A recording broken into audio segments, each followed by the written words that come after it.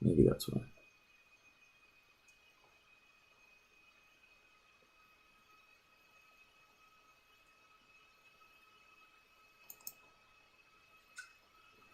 All right, I think we're live now. I totally messed that up. I was starting and then I noticed it said that we had 5 people in the waiting room still.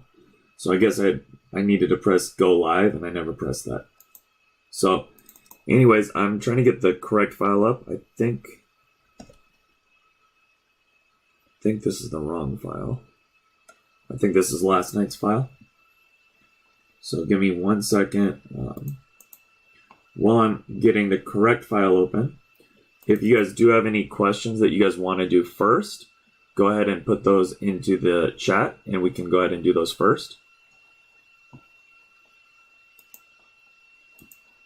And I'm going to post on the classroom really quickly because I think there were some of us that might have gotten kicked out. I'm not 100% sure.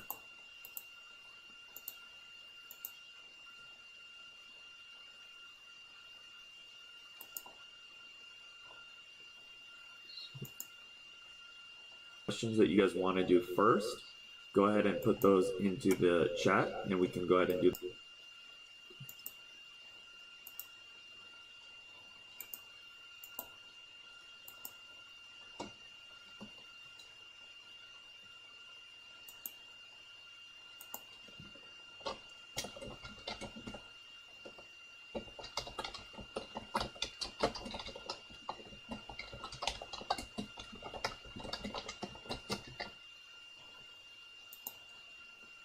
All right, so we should be good to go. So I'll go ahead and get started.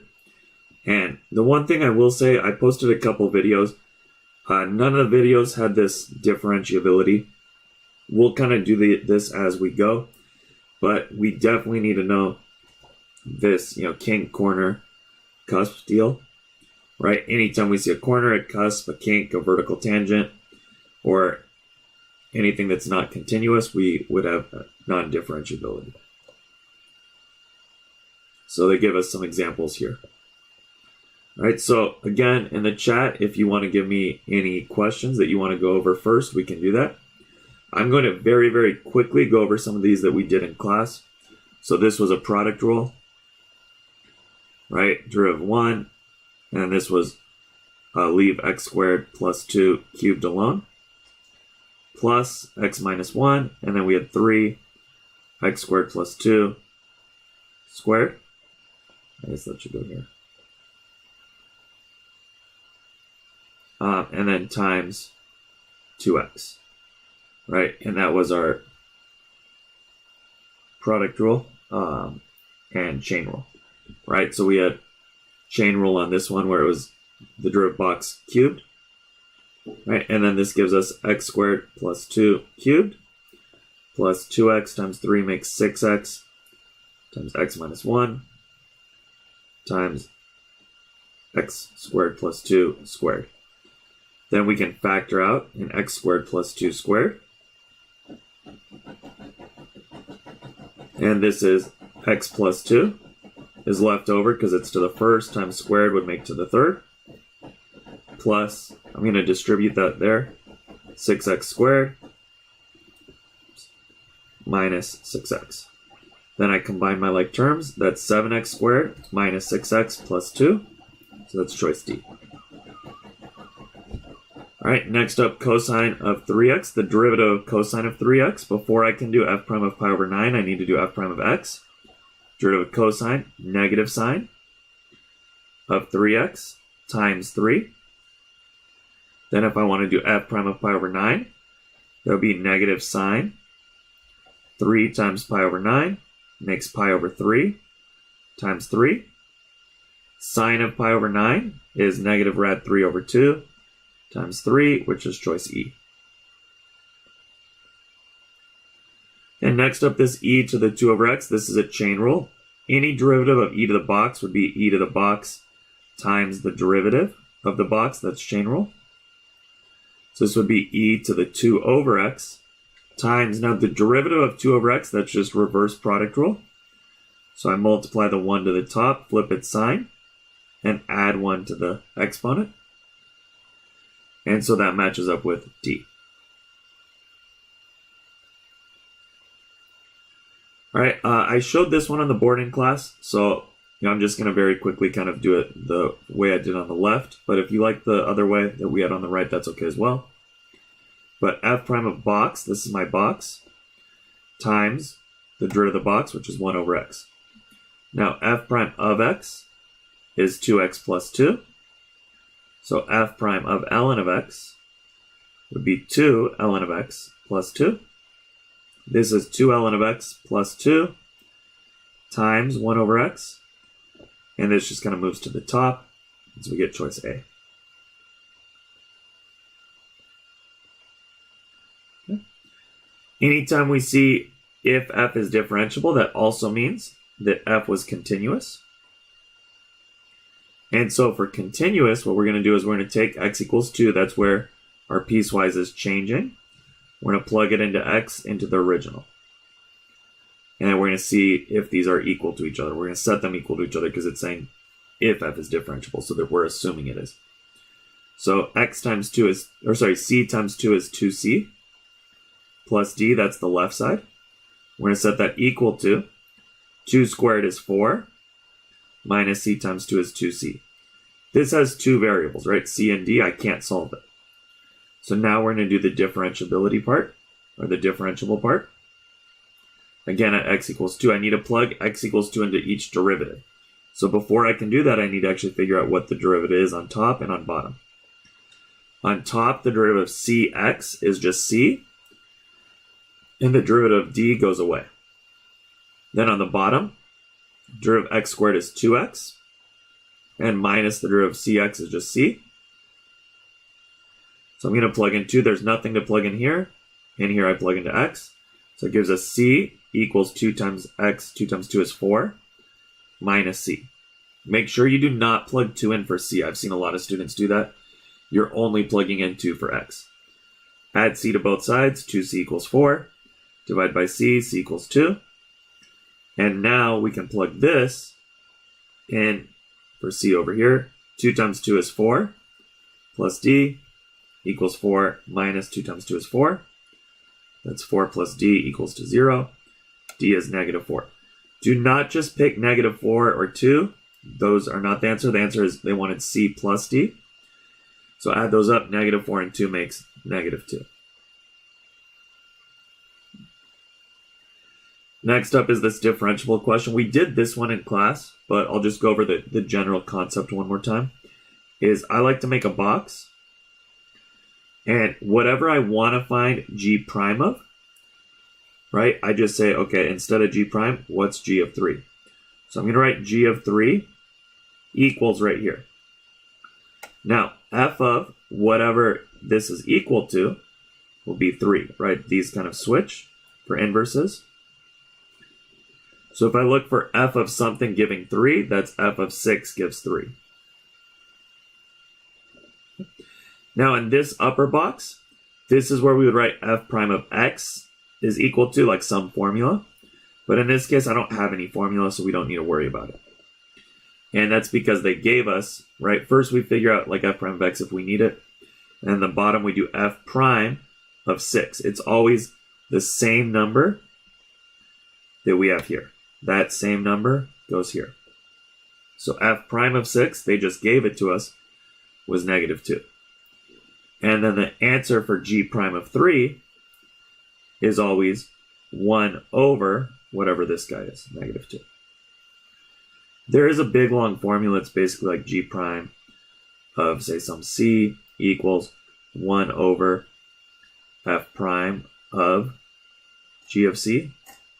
Right? G of c was just 6. So it's 1 over f prime of 6 of the inverse. But you know, this is nice, I guess, to have, but I really just like to memorize how to do it with that box. All right, next up, we have a chain rule. The derivative, we have y equals box squared. So the derivative of that would be 2 box times the derivative of the box. So this is 2 times x cubed plus 1 to the first power times 3x squared. 2 and 3x squared makes 6x squared. The only one with 6x squared is e. 4 is a quotient rule. So we need to memorize quotient rule low. 3x plus 2. D high, derivative of 2x plus 3 is just 2. Minus high, 2x plus 3. D low is just 3. Derivative of 3x plus 2 is just 3. Over low squared. It looks like we could eliminate e. It doesn't even have 3x plus 2 squared, but let's just make sure and double check everything. So I'm going to distribute 3x times 2 is 6x, plus 2 times 2 is 4. Then minus 2x times 3 is minus 6x, and minus 3 times 3 is minus 9. Make sure you include that negative in both of these terms, minus 6x and minus 9. Don't flip that sign. Then divided by 3x plus 2 squared. The negative 6x and the positive 6x cancel, and 4 and negative 9 make negative 5 over 3x plus 2 squared, so choice D.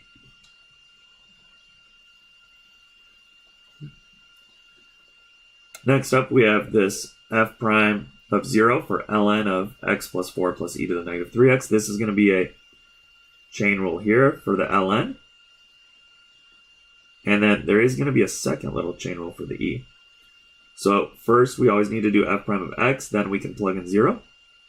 So the derivative, if I had ln of box, the derivative of ln of box is 1 over box times the derivative of the box. We just memorized this, derivative of ln. So we're going to have 1 over x plus 4 plus e to the negative 3x times, now when I do chain rule, I like to put in parentheses, especially on these with pluses and minuses. Derivative of x is 1. The derivative of 4 is nothing. And then we have e to the negative 3x. That's like an e to the box, right? The derivative of e to the box is just itself, e to the box times chain rule, the derivative of the box. So this is e to the negative 3x times the derivative of negative 3x is negative 3. All of this can just go up top. So 1, and then I'm going to just put minus 3e to the negative 3x. So I just multiplied, moved the negative 3 to the front of that. Over x plus 4 plus e to the negative 3x. Now we're going to do f prime of 0. And the key that we need to remember is that e to the 0, anything to the 0 is just 1. So this becomes 1 minus 3. E to the 0 is just 1. Over 0 plus 4 plus e to the 0 is just 1. 1 minus 3 on top is negative 2. Over 4 plus 1 is 5. So we get negative 2/5.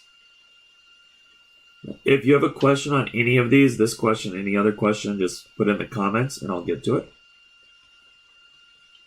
Next up, we have a basic product rule. Draw the first, 2x. Leave the second, sine of 2x alone. Plus, leave the first alone, x squared. Draw the second, sine of 2x. That's anything other than sine of x will be chain rule. Right? So if I have y equals sine of box, right, anything besides x, y prime is cosine of box times the derivative of the box. This is going to be times cosine of 2x times 2. Just move the 2 to the front. We get 2x sine of 2x plus 2x squared cosine of 2x. Now, when I look at the answers, none of those answers match with that. But I see C, D, and E, we factored something out. So we factored out a 2x. And in the first term, then we're just left with sine of 2x. In the second term, we factor out a 2x, we'd be left with x, and then cosine of x. So it matches with E. All right, next up, we have another one of these inverse functions. As soon as I see this right here, that's telling me that this is an inverse function. So if I want g prime of 2, we're going to make that same box. And we're going to put g of 2 equals here. Then f of whatever that's equal to equals to 2. Okay, so they said g of 2 equals 1. So that means f of 1 equals 2. Now in this case, I was given an equation. So here I'm going to do f prime of x equals 3x squared plus 1, right? That's the derivative of x cubed plus x. And then we need to do f prime of 1, of that 1, right? Whatever number that is. So we're plugging 1 into this derivative. 3 times 1 squared is 3, and 3 plus 1 is 4. So my answer for g prime of 2 is 1 over 4, right? 1 over that number. So B. Next one, we have a calculator question.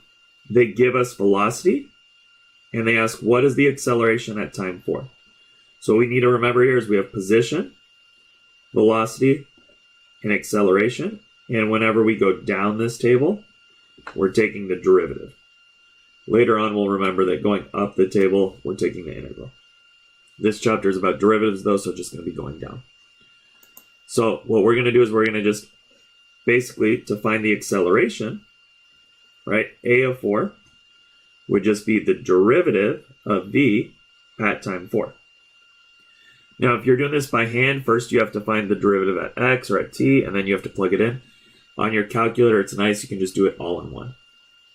So I've got my calculator up, and we could go the derivative. Now, be careful, if you choose t, then everything needs to say t.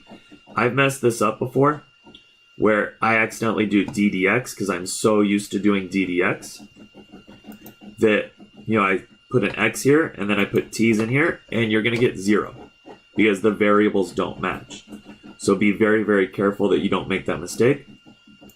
So if I choose t, then I'm going to be going d dt. So d dt of 3 plus 4.1, hit the trig button, cosine of 0.9, t, because I'm sticking with t. Now, if I changed them to x, I just changed both of them to x, not a big deal.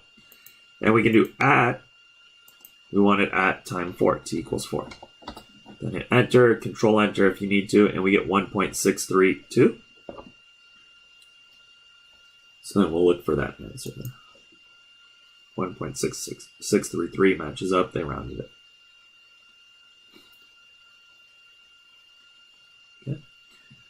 So we had a question asked for number 9. So going back, looks like a couple. So for number 9, why the negative 3 didn't disappear or be converted as the 1 did.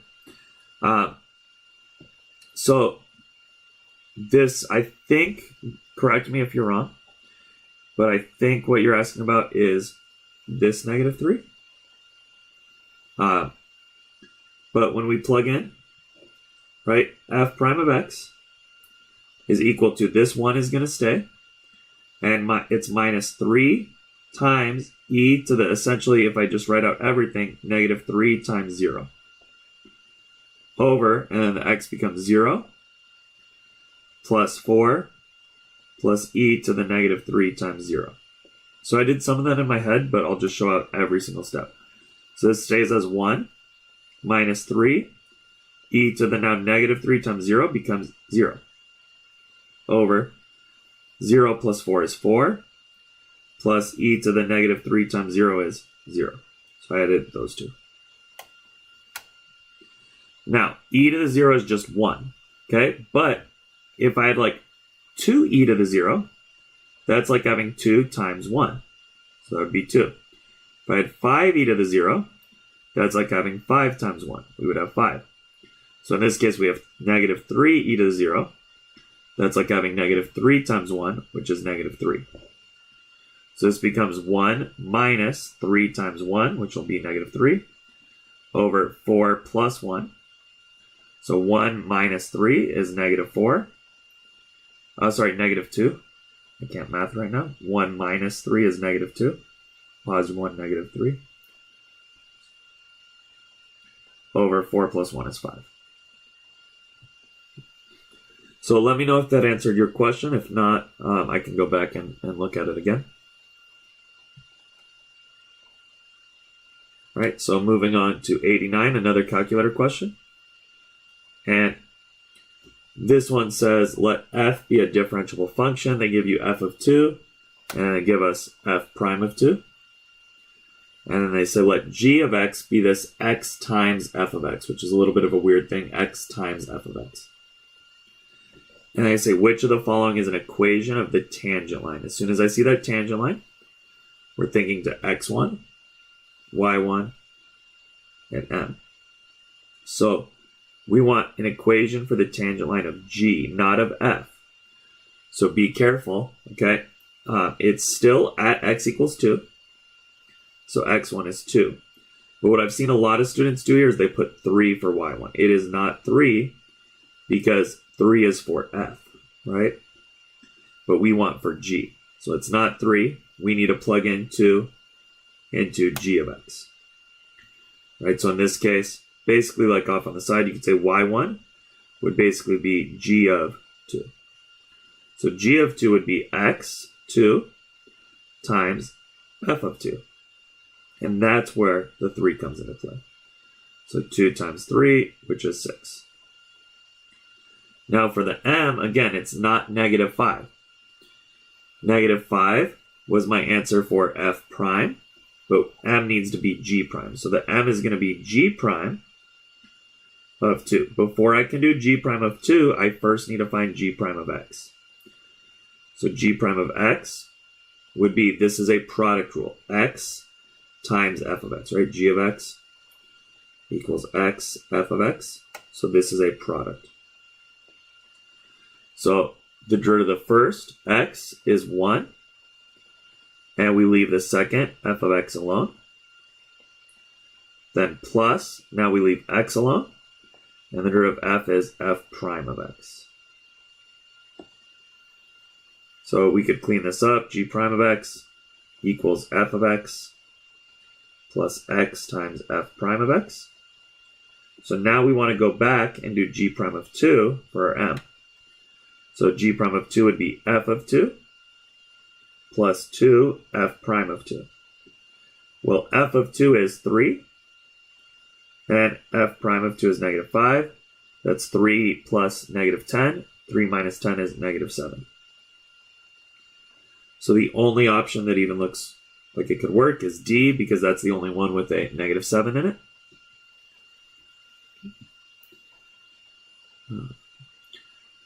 76 was C, 1.633, right? And we found that on our calculator. So the answer was C. I think that's the only 76. Next up, let f and g be differentiable functions such that f of 1 equals 2, g of 1 equals 2, f prime of 1 equals 3, g prime of 1 equals negative 3, and so on. This is basically a big table that they gave us. And they have this h of x equals f of g of x. And they want to know what h prime of 1 is. Before we can do h prime of 1, this is like the thing that I've said over and over and over again. Before we can do h prime of 1, we first need to do h prime of x. So h prime of x, the outside on these, this is a big chain rule. So the outside is the f. Okay, whatever's the most outside, you're always going to do first. So this is like having f of box, right? G becomes the box. So the derivative of f of box is f prime of the box times the derivative of the box. The other thing you can kind of do on these is just work your way outside in. So the very outside is f. I'm going to take the derivative, that's f prime, and g of x stays the same.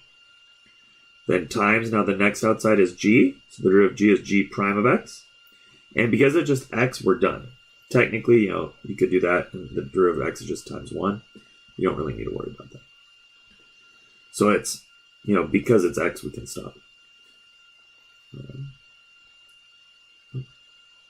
Okay, so now we can do h prime of 1.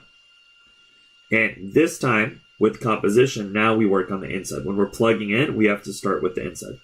So this is f prime of g of 1 times g prime of 1.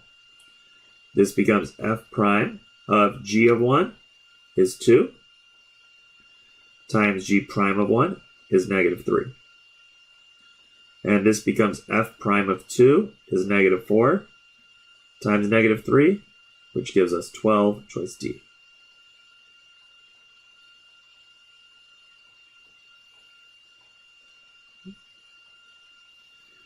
Next up, we have another one of these inverse functions. As soon as we see the word inverse, we know we're doing that box. If you don't see specifically the word inverse, the other things you might see is you might see something like f of x equals g negative 1 of x. You might see that backwards, g of x equals f negative 1 of x. And kind of the tricky one you might see is you might see f of g of x equals x. This right here is the definition of an inverse. So basically, anytime you see any of these four options, literally the word inverse, or these two are very similar, or its definition, any of those four, you have to do this inverse box. Again, I've never seen this asked more than one time on the multiple choice. It's honestly not a very common question, but I like to prepare for it because if it's asked once, it's an easy point. So I want g prime of negative 2. We're going to put g of negative 2 equals here. And f of something needs to equal negative 2. So we know g of negative 2 is 5, which means f of 5 is negative 2. We don't have any formulas, so I'm going to kind of put this here. And f prime of 5 is negative half. And so our answer for g prime of negative 2 will be 1 over negative 1 half. Most of us should be able to do this in our head. When we do 1 over something, it means the reciprocal of that something. The reciprocal of negative 1 half is negative 2 over 1. The other option I guess I could have done would be I have this small mini fraction inside of a bigger fraction, so I can multiply it times its denominator. That would have been 2 over negative 1, which is negative 2. Next up, we have this graph, and they tell us there's a vertical tangent at 2, 0, so this is a vertical tangent right here. And horizontal tangents at 1, negative 1, and 3, 1. And I say for what values between negative 2 and 4 is f not differentiable. So we need to kind of memorize that f is not differentiable if this is the graph of f, right? This is the graph of f. So f is not differentiable when its graph does any of the following. Has a kink, or a corner, or a cusp. Has a vertical tangent. Not a vertical asymptote, but a vertical tangent. Or it's discontinuous. Right, I kind of combined kink, corner, and cusp, but you can go back up and look at the second page for those examples of what these look like. So this is discontinuous a hole, discontinuous a jump, discontinuous a vertical asymptote. You can also have the weird one, which is that discontinuous oscillating one, which is sine of 1 over x. Those are all discontinuities. And this is a vertical tangent, a corner, and a cusp. So that's kind of what we're looking for on our graph, is one of those.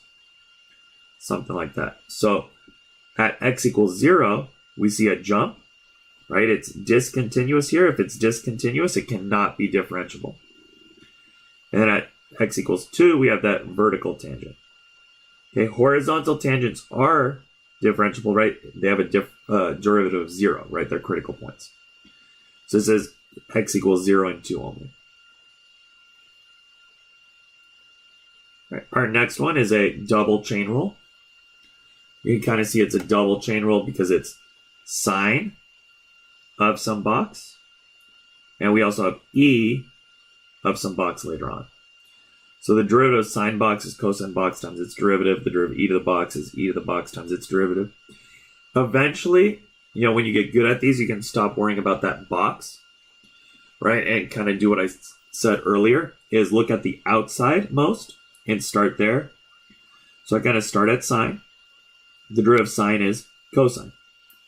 Then I'm going to cross it out, leave everything else inside alone. Now the outside is e to something, so times e to the something, leave it alone. We crossed out e, and times the derivative of something, the negative x, is negative 1. Now we've done every part of it. So generally speaking, the e will move to the front, and the negative sign will move to the front. This is being multiplied, right? All of these are multiplying. When we look at choice B, that's adding, and that's subtracting. Those are wrong. They do not choose choice C. That's minus e to the negative x. This is times times. So it's negative e to the negative x cosine of e to the negative x, which matches with e.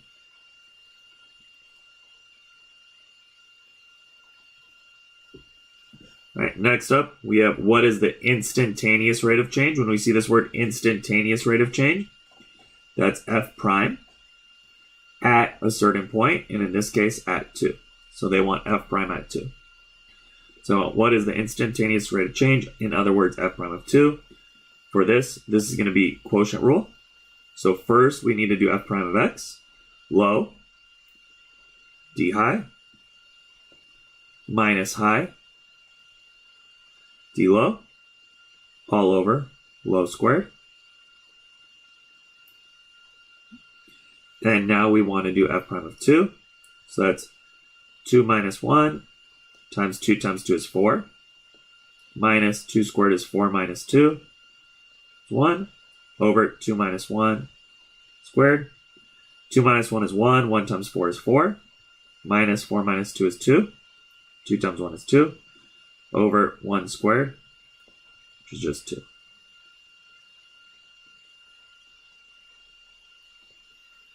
All right, next up we have if f of x equals tangent of 2x. Here's another chain rule.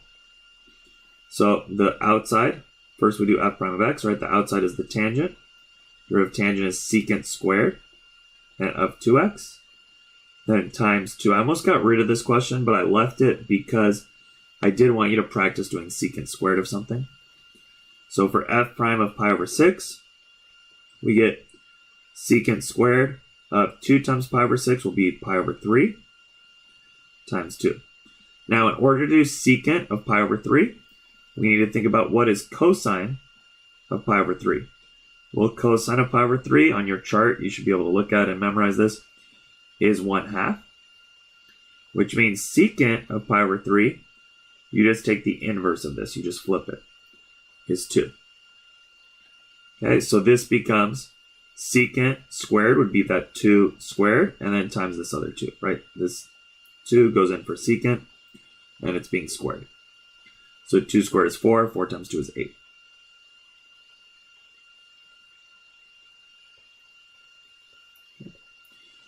Next one, let f be the function defined above, that piecewise function.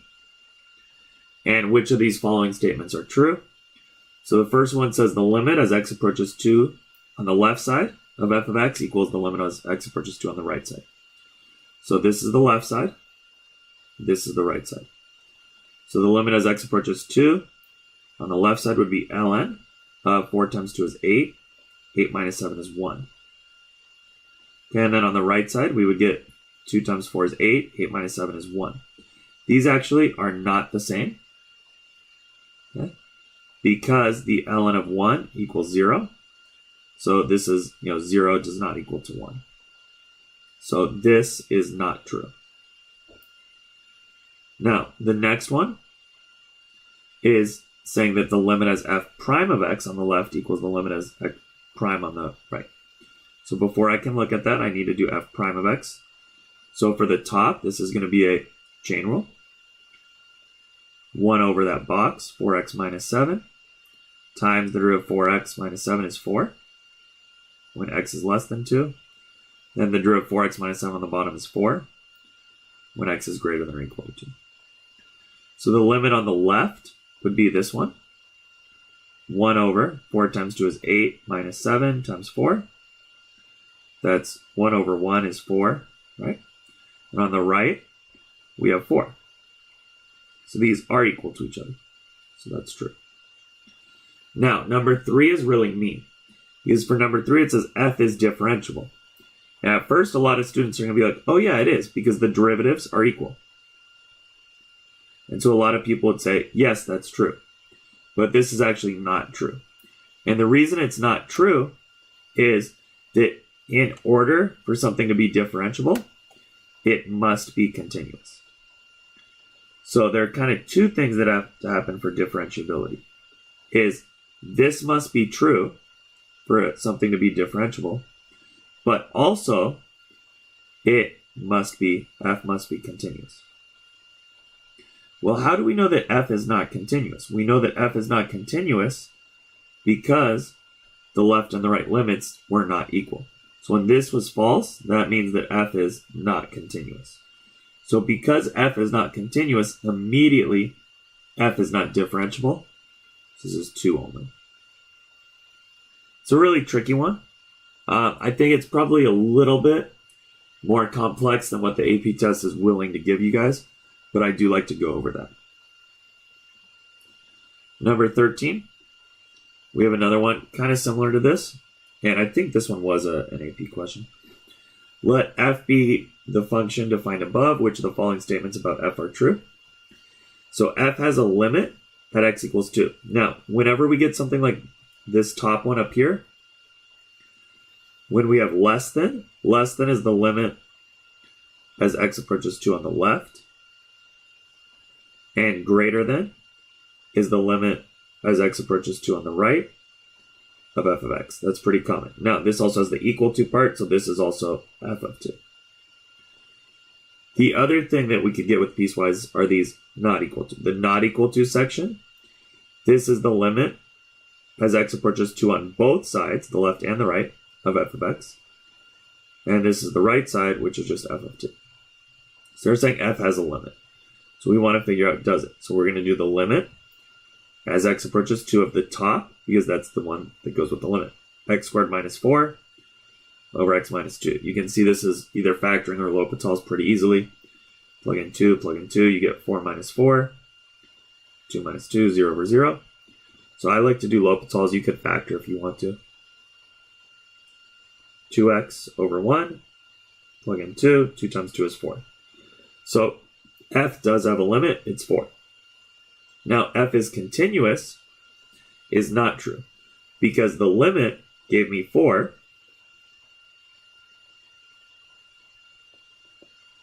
but f of 2, right? F of 2 is just 1.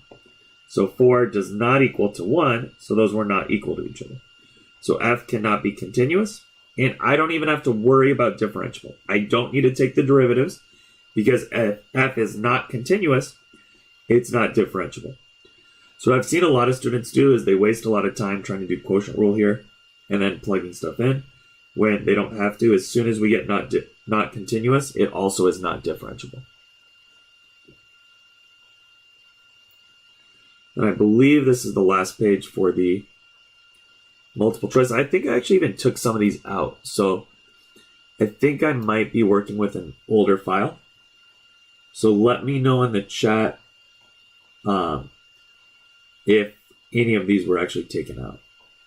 Because I want to say I removed some of these on the one I printed for you. So I'm going to go ahead and do this one, but I think I did take some of them out. So if I took this question out or if I took any of the future ones out, let me know. So let f be the function given above.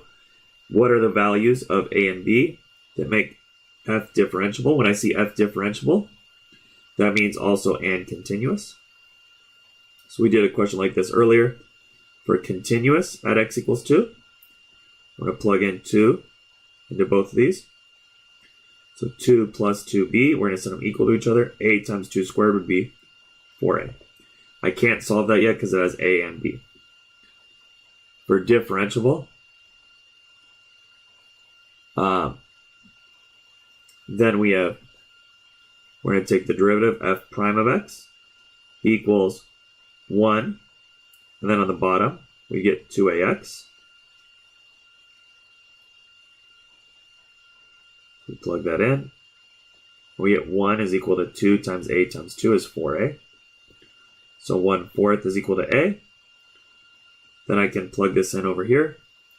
2 plus 2b equals 4 times 1/4. Those cancel. 2 plus 2b equals 1. 2b equals -1. B equals -1/2.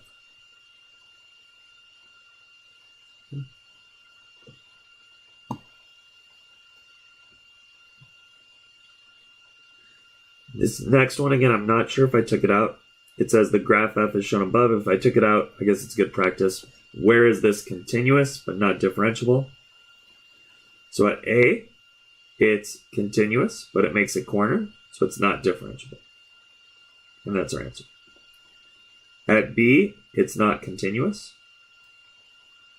And then at D, it's not continuous. And at E and at C, we can take the derivative. So it's both continuous and differentiable.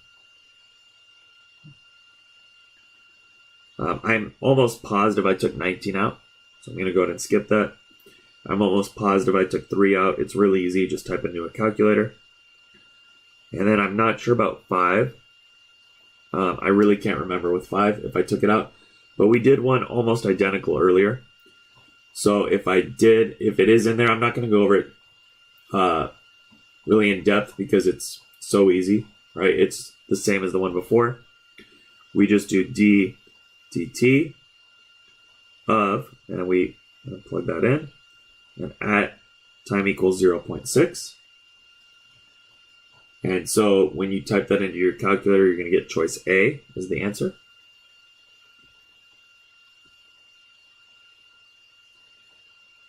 And then, I'm not sure about 15, but it's a good one to go over. So in the diagram below, f has a vertical tangent line at x equals 1, vertical, and horizontal tangents at 2 and at 5. It says which of these statements are not true. So the limit as x approaches 3 on the right equals the limit as x approaches 3 on the left. That's 3 on the right, that's 3 on the left, those are equal. Okay, the limit as x approaches 5 of f of x equals f of 5. When we see this, we just want to think it's continuous. It is continuous. This guy here is the derivative, that's f prime of 2 equals 0. Well, it has a horizontal tangent there, so that is also true. D is a little bit weird. D shows the limit as h approaches 0 on the left of f of 4 plus h. This is the derivative, but this is basically the derivative on the left would equal to the derivative on the right. So this is basically saying, is the derivative on the left of 0, of 4, because we're plugging in 4, is the derivative on the left of 4 equal to the derivative on the right of 4? And that is not true. Right? Those derivatives are not the same. This one is a positive, and this guy's going down, so it's negative. Okay, kind of a weird one. This was not an AP question. I think this is a little bit more complex and more weird than an AP one. And then, Nyala, you said you guys do have 32. This might have even been the next one you had. I don't know. I might have just done a bunch that we don't have.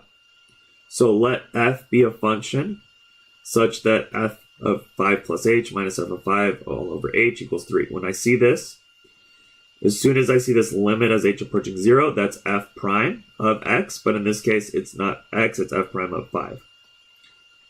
So f prime of 5 is equal to 3. So then I say, which of these must be true? F of 5 equals 3 does not need to be true. It's f of 5. We're given f prime of 5.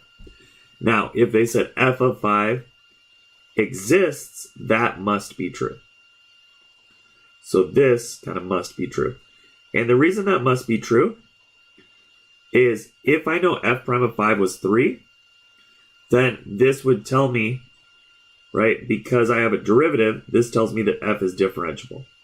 Well, if f is differentiable, what else did it have to be? F had to be continuous. If f has to be continuous, then f of 5 exists. But we have no idea what it is. We don't know if it's 3, if it's 6, if it's 10, if it's negative a million. We have no idea what f of 5 is. But what we do know is we know f prime of 5 equals 3. That has to be true. And 3 says f is continuous and differentiable. Well, because f prime of 5 equals 3, it's differentiable. And when it's differentiable, we just said it has to be continuous. So that is also true.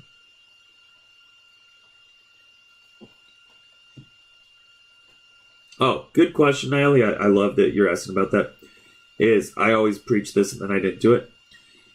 We do want to always look at, the remaining choices. So even though I was thinking choice D is correct, let's just look at choice E and make sure that we know why it's wrong. So this is saying the limit as x approaches 2.5 is greater than the limit as h approaches 0 of 2.5. This is just basically saying that f of 2.5, or the limit of it, is greater than f prime of 2.5. That's kind of what this is saying. So f of 2.5 is the y value here, and that y value is positive. Then f prime of 2.5 is the derivative. Well, right here at 2.5, going right to left, the graph is going down, so the derivative would be negative, right? The slope, if we zoom in here at 2.5, right, the slope is a negative slope. It's decreasing, right? F is decreasing, which means f prime would be negative.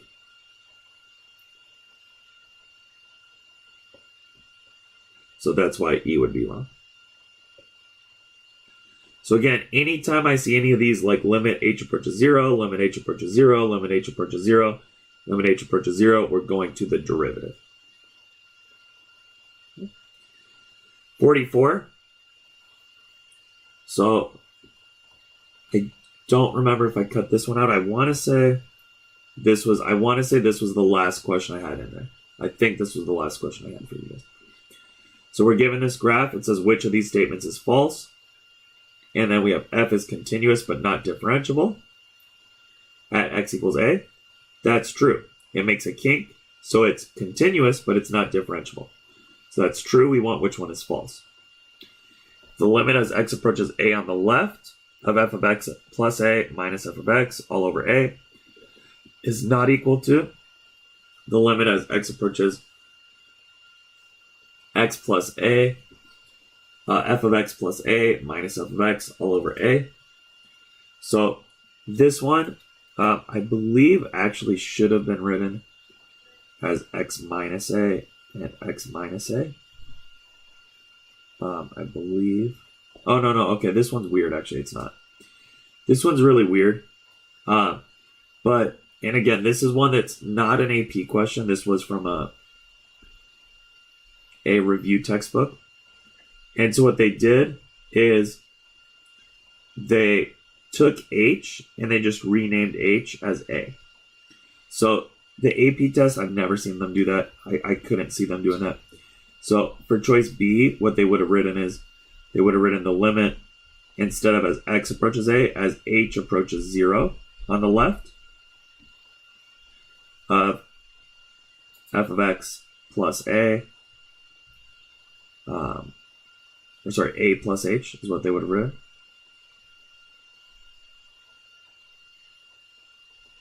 There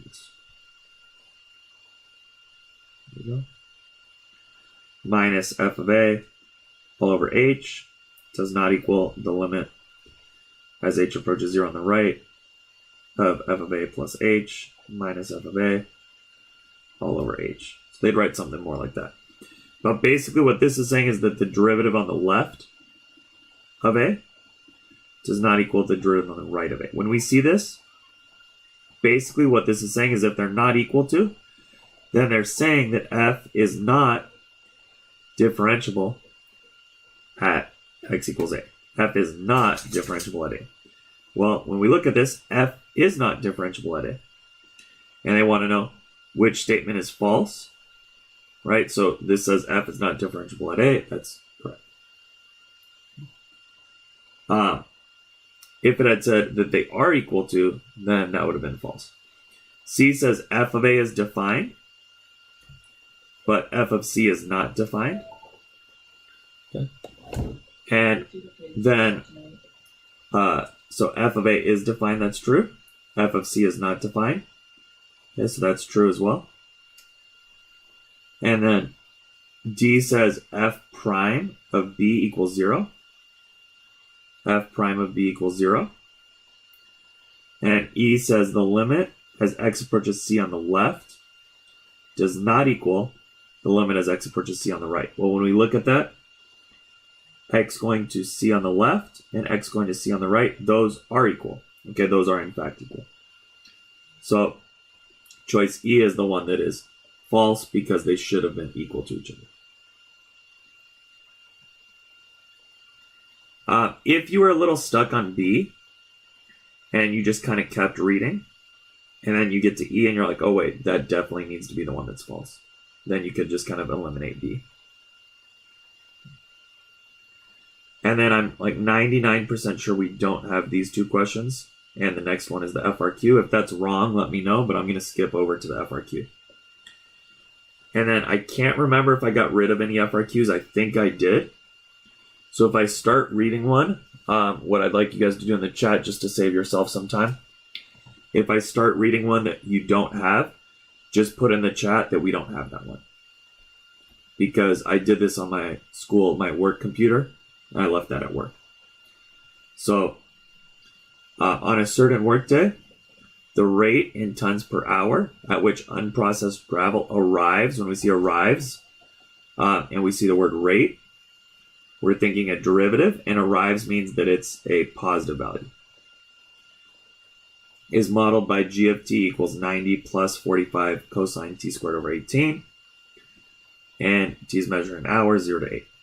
At the beginning of the workday, time 0, the plant has 500 tons of unprocessed gravel, and during these hours of operation, 0 to 8, the plant processes gravel at a constant rate of 100 tons per hour. So they say find g prime of 5 and interpret that. So g prime of 5, we're just going to use our calculator.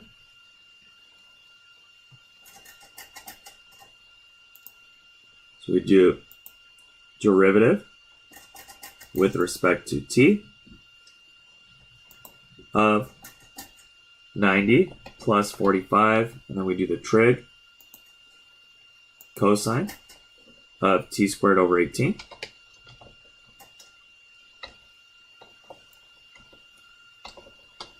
And we're going to do outside at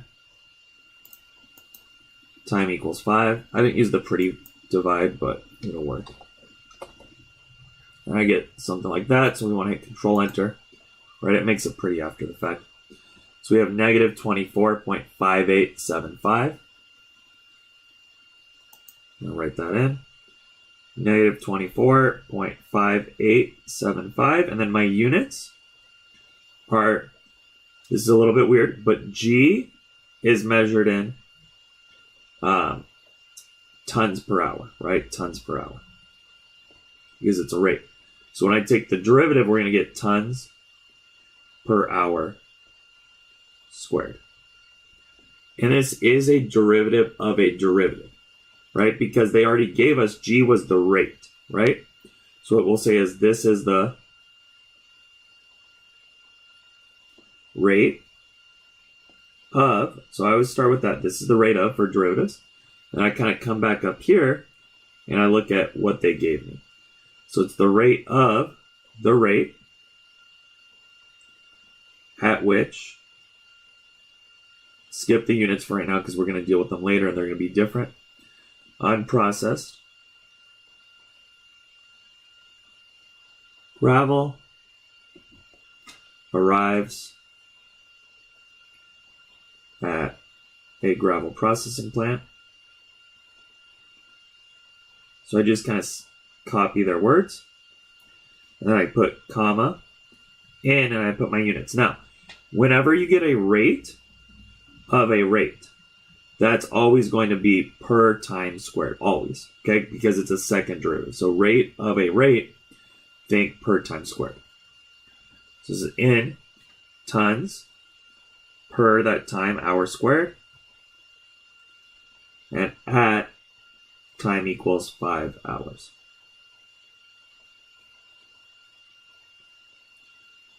Next one is number 6. Again, if you don't have it, just put in the comments that we don't have it and I'll stop and I'll move on. I do want to say I skipped this one, but I'm not 100% sure.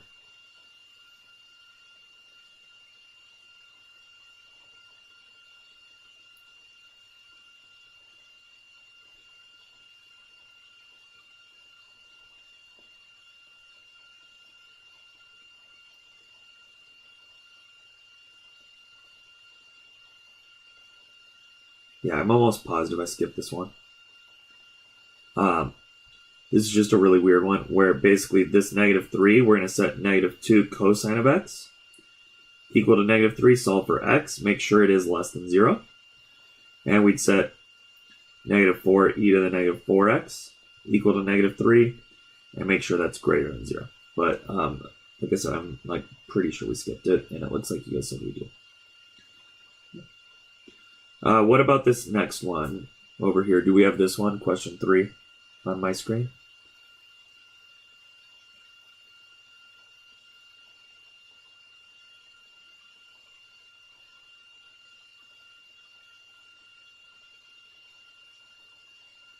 Go ahead and tell me which question is our next one. I think it's this graph one.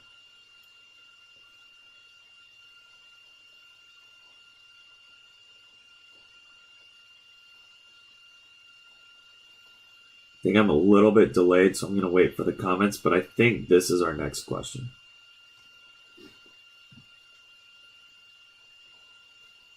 Oh, you do have question 3. Okay, I'll go back up to it.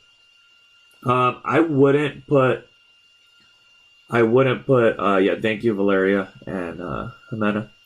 I probably wouldn't put d dt of g of t. I would put, they want it in words, so I'd probably put the rate of the rate and just kind of write it that way.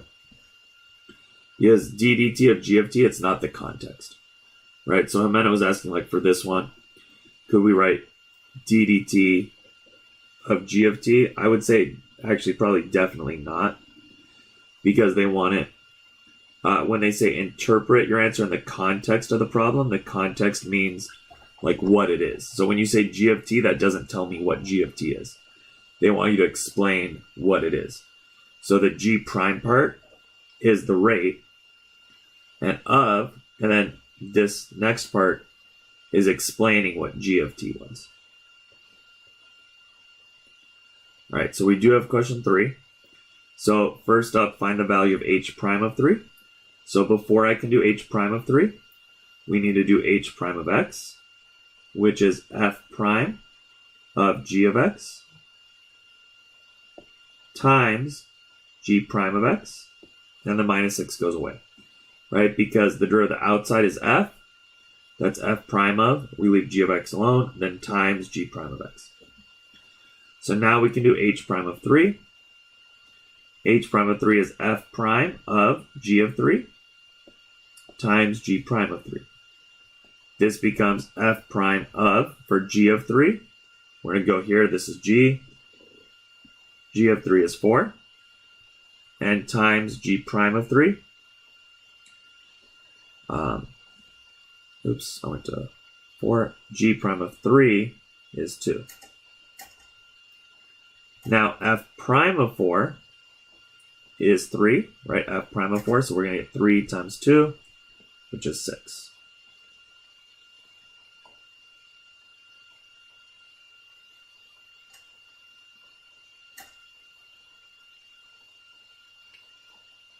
And then let me look back at, so Maria said about unprocessed gravel being negative. Sort of, but no, because this is the rate at which unprocessed gravel arrives. So when it arrives, we should get a positive answer. Oh, you're right, though. We did get g prime of 5 is negative. That is interesting. It's because it's the derivative. It's the rate of. It's the rate of. So what would happen is, if you did g of 5 on your calculator, you're going to get a positive answer. And what this means is that, basically gravel is arriving at some rate. Okay, I'm not going to plug it in. You could, but at whatever rate we get, and that would be in tons per hour. So basically, gravel. Like if I have my plant, right, we're getting gravel added in. Right, I'm just going to kind of draw it as little rocks. Right, so gravel is being added at time 5. Now, when g prime of 5 is negative, what that's saying is that the amount coming in is less than it was before. So maybe at 4.9, we added more gravel than we're going to add at 5, right? So maybe at 4.9, we added 3 pieces of gravel. And then at, 5, we only add 2 pieces of gravel, right? We're adding less gravel at time 5. So it's the rate of the rate is decreasing. But, this G, when I put the positive here, the positive is going with G, the rate. So that's a little bit different. It's a little bit weird. Okay, coming back down here, let's look at D. So D, we see this inverse function. This is one of the only questions on the AP FRQ that I've ever seen ask inverse on the FRQ. It's like almost every other time ever it's been asked. It's been on multiple choice. So anyways, they want to know an equation for the tangent line to the graph of y equals g negative 1. That's pretty tricky. So we need to do x1, y1, and m. So for x1, they gave it to us as 2. For y1, that's going to be g of 2. Now g of 2 is going to be equal to, let's go look on the graph. G of 2 is equal to 3. Oh, wait, this is my fault. So this is kind of tricky, actually. It's not 3, though, because they want g negative 1. So not g, but g negative 1, right? So basically, g negative 1 of something would equal 2, right, is backwards with, g negative 1 of 2 equals something, right? It's kind of like that backwards thing. So g negative 1 of 2, and then g of something, that same something. I think I totally over-explained this and made it more confusing. Right? But basically, before we had like f and g were inverses.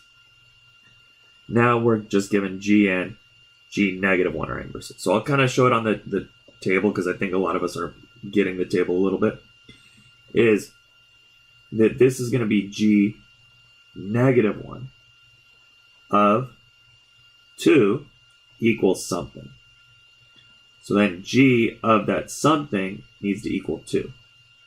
So in what they gave us, where do we get in this column of g's, where do we get an answer of 2? We get an answer of 2 right here, which is at 1. So basically, g negative 1 of 2, inverse g of 2 is 1, because g of 1 was equal to 2. It's the opposite. It's that inverse. So this is really weird, but basically, this g negative 1 of 2, that's what y1 is going to be, is 1. And for my m, that's going to be this 1 over business. So we don't need anything here. This is g prime of 1. And g prime of 1, if we go back up and look on the table, is 5. So this would be 1/5. Okay, so then we get y minus 1 equals 1/5 times x minus 2. That one is a little bit funky, a little bit weird. If you have a question on that, or why is it 1, why is that, I can go over it again. Just let me know in the comments. I'm not sure about this one. If I didn't have this one, let me know and we can skip it. I want to say I got rid of this, but I'll go ahead and start it off just in case. But if we don't have this one, let me know.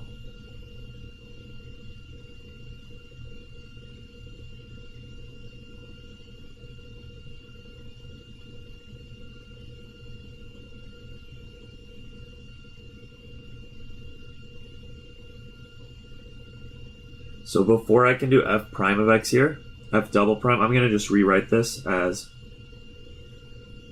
k over 2, right, move that up, and times x to the negative half. Oops, that's still f prime. So all I did was rewrite it just to make it easier to take the second derivative. So now the second derivative, I'm going to multiply that down. This becomes negative k over 4 times x to the subtract 1, negative 3 halves, and minus negative 1 over x squared. That's the reverse power rule. Make make that positive, and you can just box that. That's an okay answer.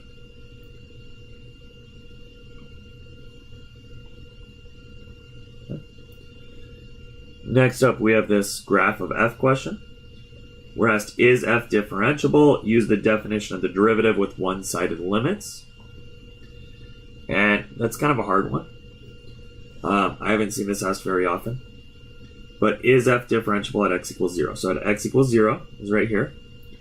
And the easy answer to say is, no, f is not differentiable at x equals 0 because the graph makes a corner, makes a kink. So the graph of, you always want to say of f, has a corner or a kink at x equals 0. And that's awesome, but I wouldn't get full credit because they asked us to also use this definition of the derivative with one-sided limits. So what is the definition of the derivative? It's the limit, and I can do either one. I can either do the limit as h approaches 0 of f of a plus h minus f of a over h, or I can do the limit as x approaches a of f of x, that y2 minus y1 thing. And either one will work. But what I kind of need to do is I need to do the left side and equal it to the right side for whichever one I choose. So I'm going to go ahead and write it this way. But I could have written it the h0 way, and that's fine as well. So I'm going to just write this as the limit as x approaches 0 on the left of f of x minus f of 0 over x minus 0. That's the left side derivative.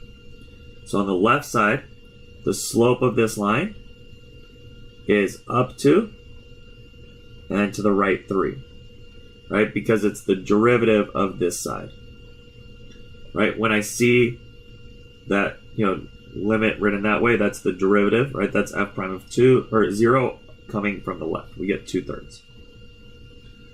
Now I'll do another color. The limit as x approaches 0 on the right side, same thing, f of x minus f of 0 over x minus 0. This is the derivative on the right side. Now, I don't know what this is because it's a curve, and we can't do the slope of a curve by hand. But what I do know is I know this is a negative derivative because the graph is decreasing. So what I can say is just that this is less than 0. Right? If we wanted to, we can even say that this one was greater than 0. You probably didn't even really need to put 2/3. Right? And so because one of these is greater than 0 and one of them is less than 0, there's no way they can be equal. So if we say the limit as x approaches 0 on the left of f of x minus f of 0 over x minus 0 cannot equal to the limit as x approaches 0 on the right of f of x minus f of 0 over x minus 0. And then we could say something like, therefore, f is not differentiable at x equals 0. And the next one, for how many values of a between -4 and 6 is the average rate of change equal to 0? Okay. The average rate of change is that f of b minus f of a over b minus a. And this is actually Rolle's theorem. It's kind of like an application of Rolle's theorem. Because f prime of c equals to the average rate of change is mean value theorem, and equal to 0 is Rolle's theorem. So basically what we want to just kind of look at on this graph is we're going to get an average rate of change equal to 0 anytime that we have an a equal to b, and kind of the most extreme part of that. So here, -3 is 0. I have another 0 here. So somewhere in between here, I have to have a repeat, right? And then there is a second one somewhere here. I'm not exactly sure where, but somewhere here, right, we'd have y values that match up. So there are 2 there. And there are basically 2 times where my y values would be the exact same. And so that's kind of a little bit weird, but just kind of looking at that, we'd write something like, if you really wanted to write out a little bit more work, you could write something like f of b minus f of a over b minus a needs to equal to 0. And so we would need the top, right, f of b minus f of a to equal 0. And so then we would need f of b to be equal to f of a, right? The y values matching up. And we would say this happens twice.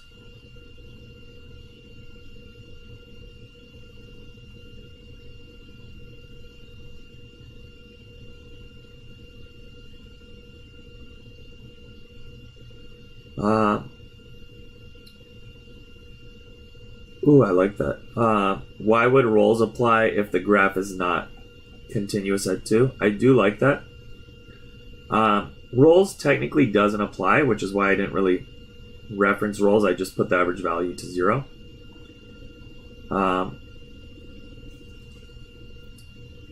Let's see. I do like that thought though, because this is increasing, this is decreasing. Yeah, you know what? I think you are right. I think I actually messed up when I did this one. Because this is increasing and this is decreasing, so there actually wasn't a time there where the derivative was 0 in there. So actually I really like that. That's awesome. I made a mistake there that you definitely caught. Yeah, roles would not apply here because that graph is not differentiable. However, roles would apply, so it doesn't apply from -4 to 6. Roles would apply just in this space, right? Because in this space, the graph is differentiable. So actually within this space, how many times are the y values the same? It looks like just, once. Now technically, yeah, it looks like they're the same here, they're the same here, but we're not going to do those repeated areas. It's all kind of, if you look, and you can kind of see, honestly, you can just see it only is a derivative of 0 one time. And so within here, this is happening somewhere in here once.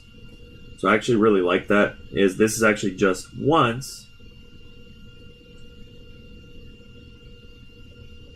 And it's just going to apply for 0 less than c less than 6, right? Because the graph is not differentiable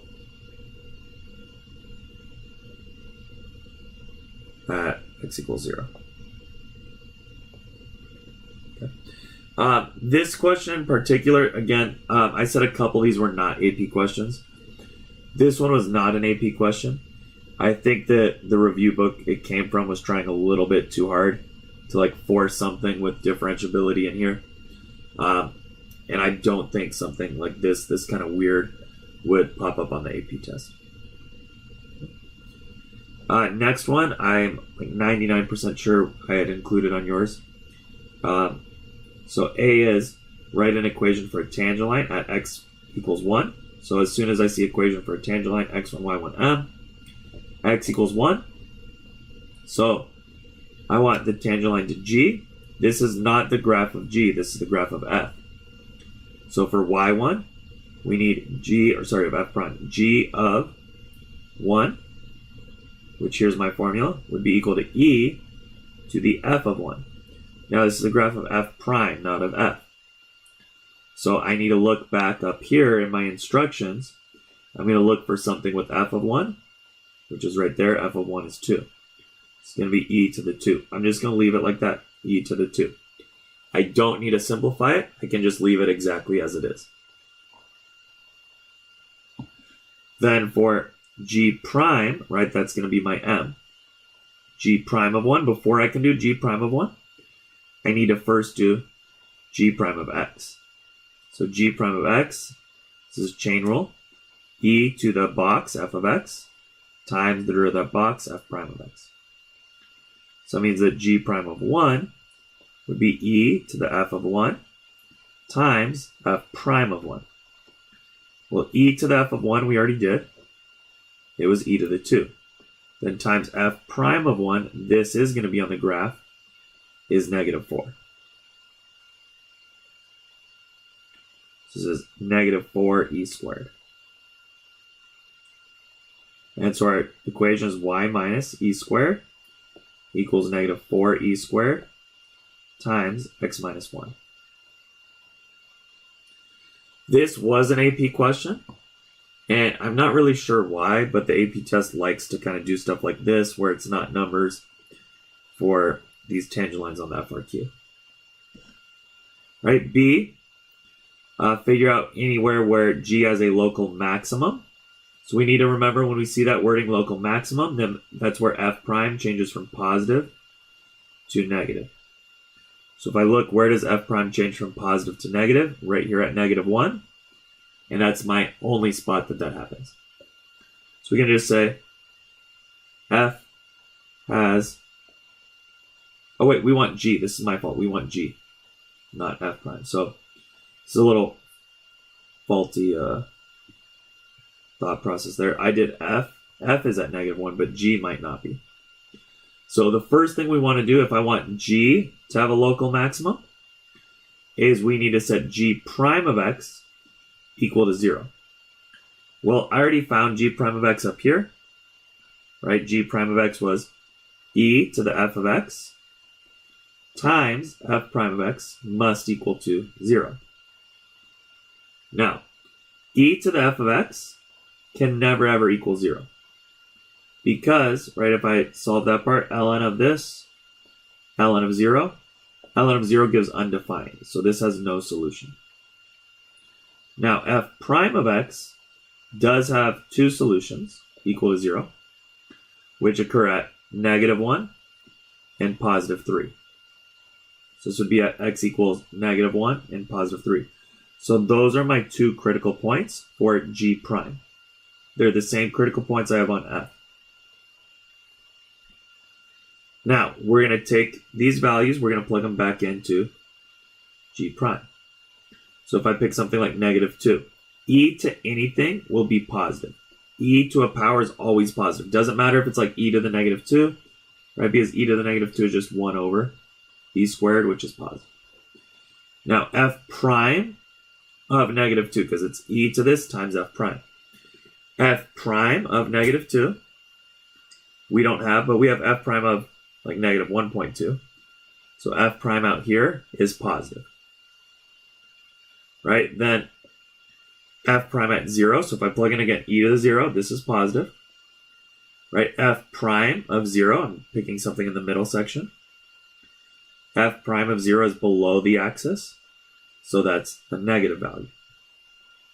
And after 3, like 3.1, f prime of 3.1, something up here, is positive. So they want to know where do we have a relative max. That's when we change from increasing to decreasing, which is also at negative 1. But you did need to show something like this with the graph of G prime and stating about G prime, right? So G has a local max or a relative max at x equals negative 1 because G prime of x, not f prime, but G prime of x changes from positive to negative at x equals 1, negative 1.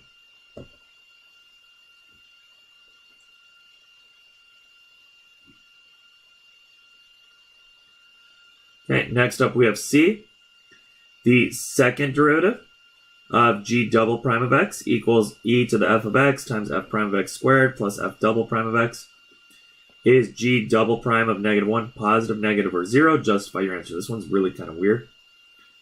So I'm going to just write that down. G double prime of negative 1 equals e to the f of negative 1. Where I'm just plugging in anywhere I see an x, I'm plugging in negative 1, times f prime of negative 1 squared plus f double prime of negative 1. They want to know, is this positive, negative, or 0? So e to the f of negative 1. So f of negative 1. Right? We don't know. This is kind of weird. We don't know what f of negative 1 is. They never gave us f of negative 1. They gave us f of 1, but not f of negative 1. But all they're asking for is this positive, negative, or 0. It's kind of tricky, but e to anything we just talked about was positive. Then times. Now, anything squared is also positive. And plus, now f double prime of negative 1. And actually, this one, though, I'm not going to actually do this one as anything squared is positive because it could be 0, and this one actually does, in fact, become 0. Because f prime was one of my critical points. Right? So f prime of negative 1 is 0. So this is going to be 0 squared, which is just 0. And so plus f double prime. Now, f double prime is concavity. So if I look at negative 1, this graph here is concave up. Right? But that would be a wrong assumption because the graph of f prime is concave up. What we need to think about is what would be f double prime. So remember, when f prime is increasing, f double prime is positive. And when f prime is decreasing, f double prime is negative. So don't worry about concave up, concave down, because we have the graph of f prime. So we don't think that way. We think f prime increasing, f is concave up, f double prime is positive. F prime is decreasing, f double prime is negative, and f is concave down. So that's for f. So here at negative 1, the graph of f prime is decreasing. So f double prime is negative. So this is basically a positive answer times a negative answer, which would then result in a negative answer. So we kind of need to explain that in words, but we would say something like g double prime of x is negative at x equals negative 1. You'd say g double prime of negative 1 is negative because e to the f of negative 1 would be greater than 0. F prime of negative 1 would be equal to 0. And f double prime of negative 1 is less than 0 because f prime is decreasing at x equals negative 1. Therefore, g double prime of negative 1 is less than 0. Really complicated one. And then lastly, find the average rate of change of g prime, the derivative of g over the interval from 1 to 3. So the average rate of change, not of g, but of g prime. And this would be actually, this would be, d would be g double prime of 1, 3.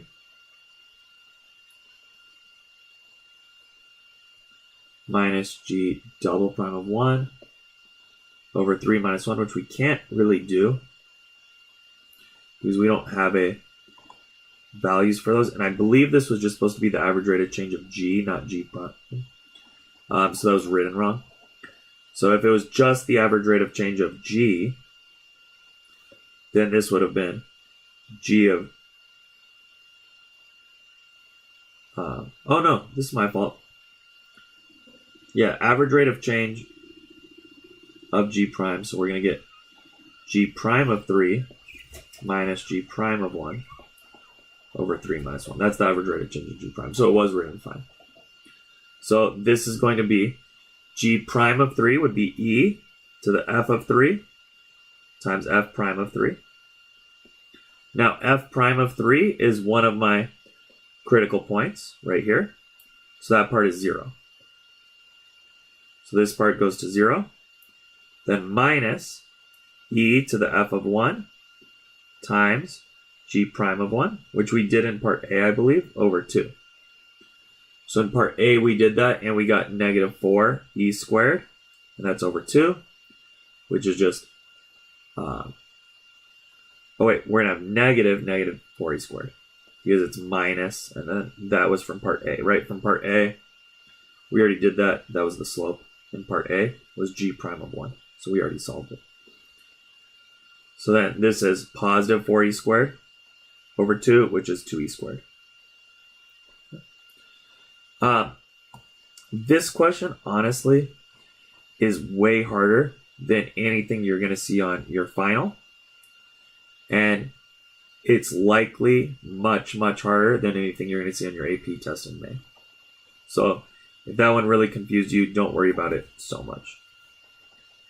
All right. This next one, I'm not sure if this one is on our test or not, but it is a calculator question. It says find all values where the graph of g has a horizontal tangent line. So if g is going to have a horizontal tangent line, that's just setting g prime of x equal to 0. And so you just do that on your calculator.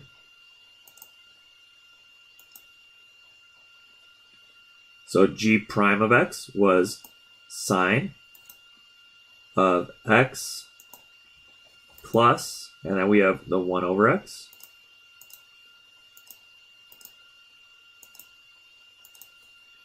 And we want to change our zoom, our window zoom, to match theirs, which was between 0.12 and 1.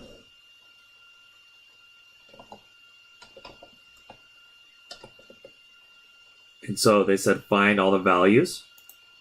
I'm going to go ahead and change my document really quickly because hopefully yours is already changed.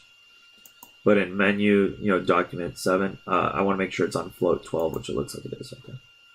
So menu. Maybe it's in this one. Menu settings. This guy, yeah, float 3. So I want to change that float 3 to like a float 6. That way I just get more decimals.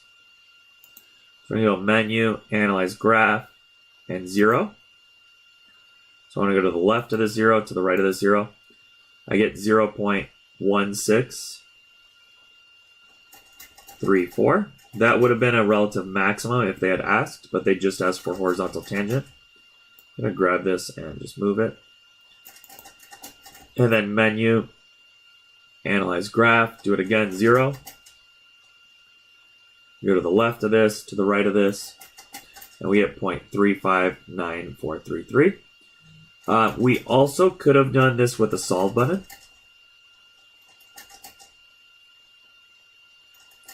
So those are the two zeros, so I'm going to kind of write those in. And we could have done this with the solve button. We could have done solve, and then written this equal to 0, comma x, and then done at 0.12 less than x less than 1, and we would have gotten the same two answers, but just on the solve button. Next question, we're given this here, and I'm like 99% sure I did not include this one. So if I did include question 5, tell me and I'll go back, but I'm pretty sure that's one of the ones I got rid of. And we have this question 4, let h be a function given by h of 4 equals to negative 3. And I think this one is a much better question than the one we did earlier. This is probably a little bit closer to what we might see. So A says, find all values of x for which the graph has a horizontal tangent and figure out if those are local maximums, minimums, or neither. Now, normally, we just take h prime of x and we set it equal to 0. But when we have a fraction, remember we also have to do DNE for critical points, okay? But this is kind of key and a little bit weird, is that the DNE are critical points, but they're not horizontal tangent lines, okay? The DNEs are times where we get something that's not differentiable, like a kink, a corner, a cusp, or a vertical tangent line. So this just says find the horizontal tangents. So for horizontal tangents, that's just h prime of x equal to 0. That's the difference between critical point and horizontal tangent. So this one's actually really easy. Is we have x squared minus 2 over x, and all we have to worry about is the top to 0. So we would set x squared minus 2 equal to 0. That gives us x squared equals 2. Square root that. We get x equals plus or minus square root of 2. Now, we do want to be careful is the bottom to 0, that DNE case, we still need to think about it for our number line. So x equals 0 is still part of our number line. It's just not a horizontal tangent. So we're going to write h prime here. We have negative rad 2, 0, and positive rad 2. So a number smaller than negative a radical 2, like say negative 10, when we plug that in, negative 10 squared is 100, 100 minus 2 is positive, over negative 10 is negative. You get a negative here. If I plug in negative 1 squared is 1, 1 minus 2 is negative, over negative 1 is positive. Plug in 1 squared minus 2 is negative, over 1 is negative. Write a negative over positive, and then I plug in 100. 100 squared minus 2 is 98 over 100, or over 10, I guess. And positive over positive is positive. This was changing each time, decreasing, increasing, decreasing, and increasing. So, this is where the explanation is a little bit weird, just because the x equals 0 is not a horizontal tangent. It is a critical point, but it's not a horizontal tangent.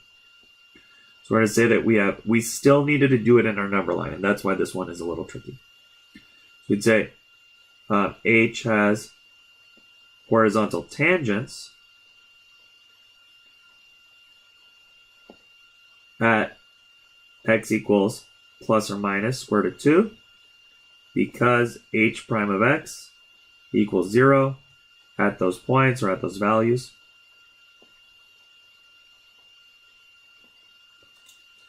And then we would say x equals negative radical 2 is a local, actually they're both local mins, so we could say, right, h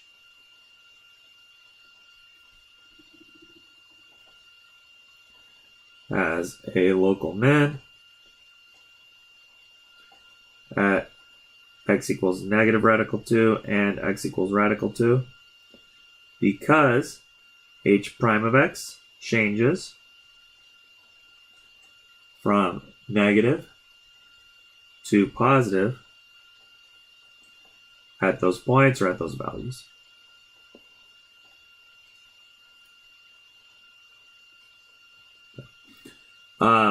I'm seeing in the chat that I did include this number 5. So I'll go back here afterwards and go ahead and do this one. Okay, so B, next question.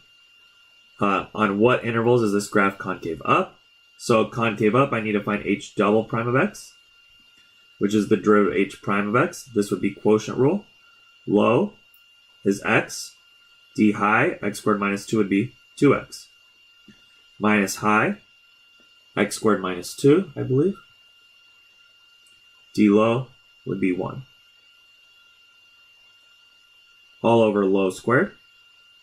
We want to set that equal to 0, or again DNE, to find those possible points of inflection. So h double prime of x would be 2x squared minus x squared minus plus 2, right? Minus and then minus makes plus. So this would be h double prime of x equals x squared plus 2 over x squared. We're going to set the top to 0 and the bottom to 0 because we want that 0 in DNE case. So x squared plus 2 equals to 0. That's x squared equals negative 2. You cannot square root a negative, which gives us no solution. The bottom, x squared being equal to 0, square root both of those, we get x equals 0. So 0 is my only possible inflection point. Now I do need to make a number line for h double prime. Plug in something that's negative. Okay, negative 1 squared is, we're plugging in here. Negative 1 squared is 1. 1 plus 2 is 3. Then negative 1 squared is positive 1. So this is positive. Then if I plug in 1, 1 squared is 1. 1 plus 2 is 3. Over 1 squared is positive 1. So it's concave up and concave up. So even though x equals 0 was that possible inflection point, it didn't actually end up being an inflection point. And they didn't ask me about inflection points. They asked me, where is f concave up? If you said all real numbers, you'll get marked correct. I'm going to say that h is concave up for negative infinity to 0, union 0 to infinity. But again, if you said all real numbers, you'd probably get marked right, no problem. Because h double prime of x is greater than 0 for those intervals.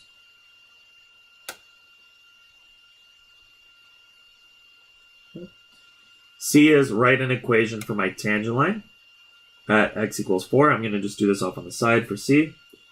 x1 is 4. y1 would be h of 4. Right, h of 4, which we have a graph for h prime, but we're given. So negative 3. And m would be h prime of 4, which we need to plug in. So 4 squared is 16 minus 2 over 4. That's 14 over 4. And you can leave it like that. It does simplify to 7/2. But if you want to leave it as 14 over 4, that's totally fine. So you get y minus negative 3 or y plus 3 equals 7/2 times x minus 4. And that's our answer. Just go ahead and box it there. And D says, does the tangent line of this graph lie above or below the graph? This is basically the under or over approximation. It's another way to word it, but this is an under or over approximation here. So the way we do D is, I'll do this in another color up here, is we need to think about h double prime. H double prime of 4. Right, now h double prime of 4, we found an equation down here, x squared plus 2 over x squared. So 4 squared is 16. 16 plus 2 is 18 over 16. Which all I care about is this is positive. Because that's positive, h is concave up at x equals 4. So if we have a graph that's concave up, my tangent will always be below it. So therefore, the tangent is below the graph of h. Right? It's an under approximation. Let's pop back up here really quickly. So we were given the function f has a local minimum at x equals negative 1 and an inflection point at x equals negative 2. This is a good solving one. It's actually not too bad. When they tell us we have a local minimum, then we knew that f prime of x has to be equal to 0 at x equals negative 1 because it's a critical point. When they tell us we have an inflection point, then we know f double prime of x has to be equal to 0 at x equals negative 2. So we're just going to do those two things. So first we're going to do f prime of x. That's 12x squared plus 2x plus b. And we know that if we plug in negative 1, we're going to get 0. So 12 times negative 1 squared plus 2a times negative 1 plus b has to equal 0. This gives us 12 minus 2a plus b equals to 0. This is my first equation. Then the second one's going to be with f double prime of x. So we're taking the derivative of this guy up here, which is 24x plus 2a. And if we plug in x equals negative 2, we're also going to get 0 because that was where our inflection point was. So 24 times negative 2 plus 2a, that also equals 0. Negative 48 plus 2a is equal to 0. So that's my second equation. I can solve this one. So 2a equals 48, a equals 24. I'm going to box that because I want both answers. Then we'll take this and go ahead and plug it in. 12 minus 2 times 24 plus b equals 0. 12 minus 48 plus b equals 0. Negative 36 plus b equals 0. Add the 36 over. B equals 36. So kind of like a little bit of a puzzle of just taking that local minimum, and that means f prime is 0, taking that inflection point, and f double prime equals 0. Let me know about this one, question 6, if I included this one. I feel like I got rid of it, but maybe I didn't. And that would have been the last one, if we have it.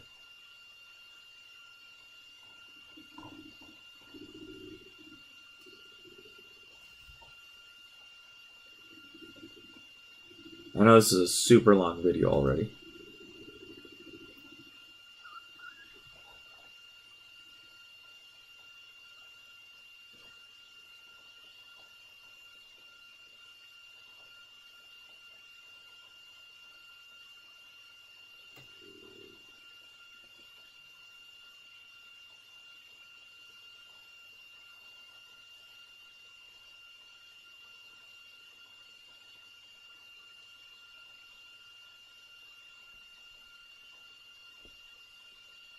Okay, so this will be our last one. So f of 3 is the square root of 4, which is 2. That has to exist, right? We have 3 continuity rules when we see is f continuous. So those 3 rules are: first, f of our number exists. Secondly, our limit as x approaches the number of f of x exists. And usually with this one, what we have to kind of do is we have to show that the limit as x approaches the number on the left side and the limit as x approaches the number on the right side are the same. And finally, the third rule is that f of that number needs to be the same as the limit. So the first rule and the second rule had to be the same. Okay, so we plug in f of 3. The reason I plugged it into the top is that's where the equal to part went with the 3. So f of 3 exists. Then for b, we're going to do the limit as x approaches 3 on the left. Now I can write f of x here, or I can choose to, since the top is the left side, change this to rad x plus 1 and make that radical 4, which is 2. I can do the limit as x approaches 3 on the right side, which this would be the right side, x greater than 3, reading it backwards, of 5 minus x, which would be 5 minus 3, which is also 2. So because those are the same, we can say, therefore, the limit as x approaches 3 of f of x equals 2. Now that was 2, that was 2. So for c, we're going to say that f of 3 equals the limit as x approaches 3 of f of x. If you want to say 2 equals 2, something like that, that's awesome. So we'd say, therefore, f is continuous at x equals 2. Okay. And the big key that we need is you need that written. Okay, that's probably the most important thing that needs to be written down. Now you need to show that both of them are 2, and you do that with steps A and B.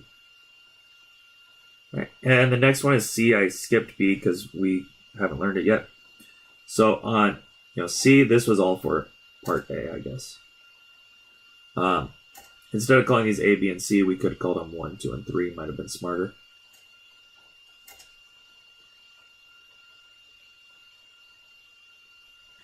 So C says, suppose that the function g is defined by this piecewise function, where k and m are constants. If g is differentiable, what are the values of k and m? We've done this a couple times. It's differentiable. It first had to be continuous. So on the FRQ, we're going to just kind of show this by saying continuous at, and it's switching at x equals 3 is where they want it. So I'm just going to go ahead and plug in 3 into the top and 3 into the bottom for x. So k radical 3 plus 1 needs to equal to, and then m times 3 plus 2. So that's k squared of 4 is 2k equals 3m plus 2. I can't solve that yet because I have 2 variables. So now I need to do differentiable. However, on the FRQ, they do not grade anything you write up here. So if I write f prime of x up here, they're not going to see it. They're not going to grade it. So it's important. This is actually g of x. It's important to kind of write to the right of it, somewhere down here where they can see it, g prime of x equals, and do this piecewise. So the derivative of k radical x plus 1 would be k times 1 over 2 radical x plus 1. And on the bottom would be the derivative of mx plus 2, would be the derivative of mx is just m, the plus 2 goes away. Now this should be comma, 0 less than or equal to x less than or equal to 3. Kind of ran out of room there. It should be comma 3 less than x less than or equal to 5. So I'm going to plug in 3 into both of these. And 3 goes in for x, so be very careful about that. This is k times 1 over 2 rad 3 plus 1. It's not equal to 3, it's equal to m. So this is k times 1 over 2 times square root of 4 is 2, so k times 1/4 equals to m. So this one is a little harder because I have an equation with 2 variables and an equation with 2 variables. But this one is already solved for m, so what I can do is I can take this, k times 1/4 and plug it in where I see m. This is 2k equals 3 times k times 1/4 plus 2. That gives us 2k equals 3/4 k plus 2. I don't like fractions, so I'm going to multiply everything by 4, the denominator, to get rid of the fraction. That gives me 8k equals 3k plus 8. Subtract 3k, 5k equals 8. So k equals 8/5. I can just box that. Now this is FRQ, so it's really nice. All I have to do here is just write 8/5 times 1/4 equals m, and I can box that. I don't even need to worry about simplifying. It will simplify to 2/5, right? 8 divided by 4 is 2, 2 over 5. But you can just go ahead and box that. And let me know, just double checking that this was the last question. And if you guys have any other questions, I am sorry that this one was so long, but there was a lot to go over. And I really wanted to make sure that we went over everything in depth and a little bit more thoroughly.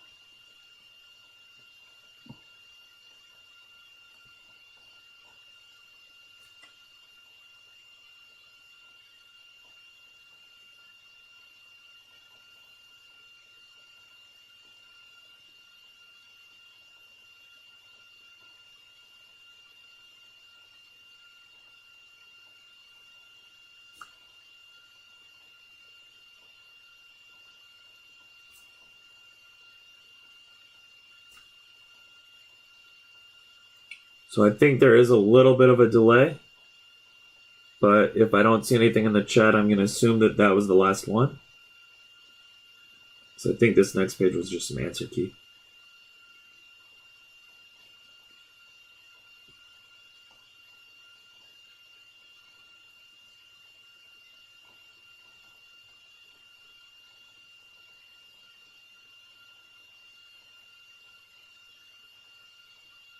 All right, so I'm going to go ahead and end the stream in 1 minute. If you guys have any other questions, let me know. Otherwise, we'll end it in 1 minute.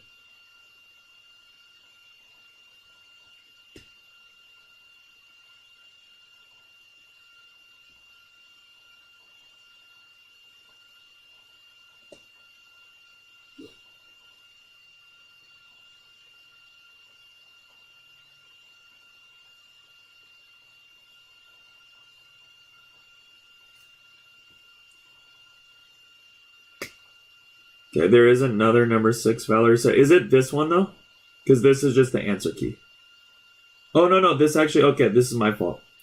This is not the answer key. It gives you the answer key here. So I think this is the one you're talking about. Yeah, we have this other question 6. So we'll do this one really, really quickly. And then, Jimena, are you talking about the test corrections for the last test, the one we did? I think I did tell you guys the multiple choice answers. I don't think I ever actually gave you the worked out FRQs, but Kyra has them. So if you need help with those FRQs or you want to check them, message Kyra. So this one, the answers are right here. We'll just kind of go through this one really, really quickly. So it gives us f of 0 is 2, f prime of 0 is negative 4, and f double prime of 0 is 3. And they say it's twice differentiable, which means f is differentiable, f prime is differentiable. So the function g is given by g of x equals e a to the x plus f of x. Find g prime of 0 and g double prime of 0. So basically what we're going to do is we're going to take g prime of x, and it says e to the box, so e to the ax times a, and plus the derivative of f is f prime of x. And they wrote that right here. So that line was worth 1 point. Then you're going to do g prime of 0 by just plugging in 0 in for x. So e to the 0 is 1 times a plus f prime of 0. So g prime of 0 would be 1 times a, which is just a, and f prime of 0 they gave us was negative 4, so a minus 4. That line there was worth 1 point. Then next what we would do is they also want to find g double prime of 0. Before I can find g double prime of 0, I need to find g double prime of x. So it's going to be the derivative of that line. So this is, basically we could rewrite this as a e to the ax plus f prime of x. This a is just a constant. So it's a e to the ax, the chain rule, times another a. And plus the derivative of f prime will be f double prime of x. If we want to, we can rewrite this as a squared e to the ax plus f double prime of x. But if we don't write this, it's okay. Just this will get the point. Then g double prime of 0 would be a times e to the 0, which is 1, times another a, plus f double prime of 0 is 3. So this will be a times 1 times a, will be a squared plus 3, and that was 1 point. This is a little tricky. For some people, it is a little bit weird because it has the a in it. It has a g of x equal to f of x. But it really is not that tricky if you just break it down and go step by step. Okay, b, the function h is given by h of x equals cosine kx times f of x. So this one's a little tricky because this is a product rule. I have two x's, they're being multiplied. Find h prime of x, and then write an equation for the tangent. So first, we're going to find h prime of x. Always go in order. They say find h prime of x. Let's do that first. So this is product rule. Derivative of cosine is negative sine kx. Oops. And we need to do the chain rule on that because it's cosine of something. So negative sine of kx times k. Then we're going to leave f of x alone.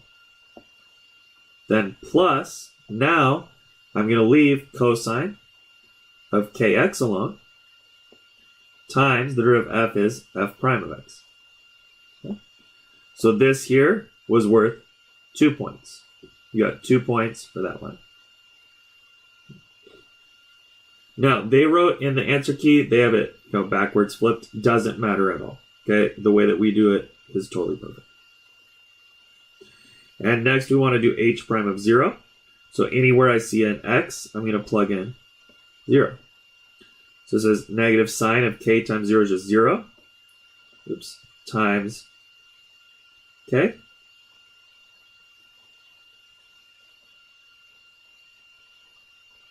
Times f of 0 is 2. Then plus cosine of k times 0 is 0. Times f prime of 0 is negative 4. Okay, sine of 0 is 0. So this whole term goes to 0. 0 times anything is 0. Cosine of 0 is 1, so this will be 1 times negative 4. Which is then negative 4. So this right here, that negative 4, was the h prime of 0. That was worth 1 point. It's kind of a hard, just 1 point.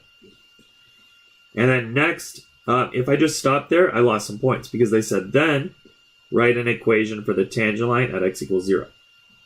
So then what I'm going to do is I'm going to do x1, which is 0, y1, which we don't know, but m we just found. M was -4. So you get y1. Y1 will be h of 0.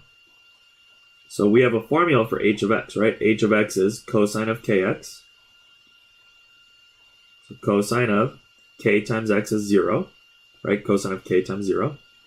And times f of 0.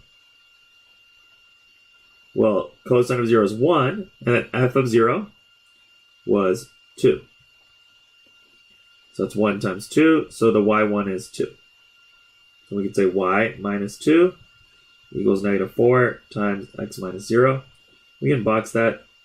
They put theirs into y equals mx plus b. This is still full credit, totally fine, and that was worth 1 point for the tangent line, and 1 point for finding that y1 is 2.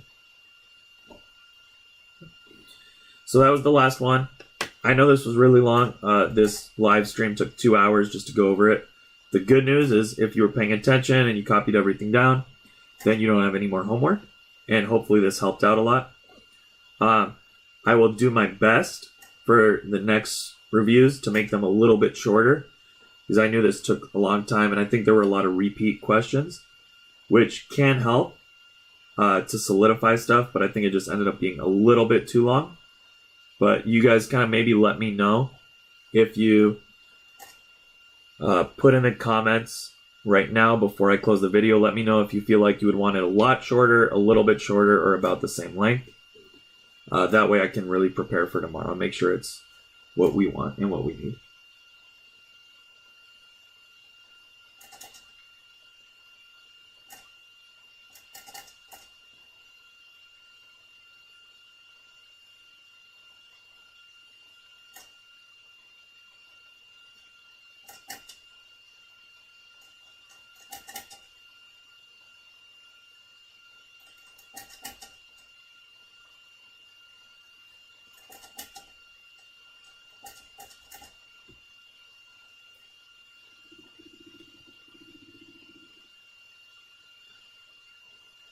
And the other nice thing was no bots tonight.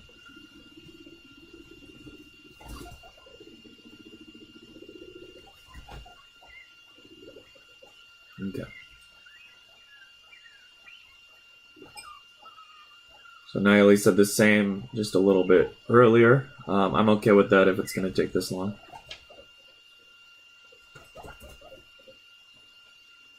All right, and maybe what I can do for tomorrow's is maybe this would be good. Is maybe I'll put like some mandatory questions at the top and some optional questions after that. And so if you want to do those optional questions just for extra practice, you can. But if you want to just log off of the stream after that and not even have to worry about completing them in the packet, that might be good too.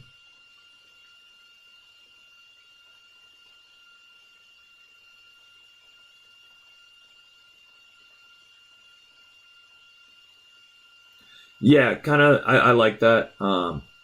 Just going in depth on the really difficult questions. So maybe I'll do that. Is put the difficult questions in one section, and then maybe like the easy section after that, and then an optional section after that. And so you can kind of watch as much of the video as you want to. That could work out. All right. So, anyways. Those are good suggestions. Thank you for those. And I'll see you guys in class tomorrow.